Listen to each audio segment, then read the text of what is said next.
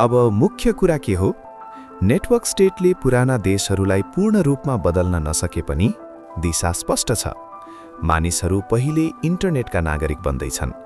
सरकारहरू अब प्रतिस्पर्धा गर्न बाध्य छन्, प्रतिभाका लागि, पुँजीका लागि र विश्वासका लागि। अनलाइन समन्वय गर्न सक्ने समुदायहरू पहिले भन्दा धेरै शक्तिशाली बन्दैछन्। बालाजीको मुख्य सन्देश: भत्किएका प्रणालीभित्र जीवनभर बहस गर्नुको सट्टा नयाँ प्रणाली बनाउन सकिन्छ। हिंसाबाट होइन, क्रान्तिबाट होइन, तर समुदाय, पैसा र समन्वयबाट। नेटवर्क स्टेट भनेको नयाँ विकल्प हो, जन्मले होइन, छानाइले जोडिने देश। र भविष्यको प्रश्न यस्तो हुन्छ: यदि इन्टरनेटमा जे पनि बनाउन सक्छौँ भने देश किन नबनाउने? अर्को भिडियोमा हामी episode 10 social smart contract, joining a country with a क्लिकको बारेमा कुरा गर्नेछौँ।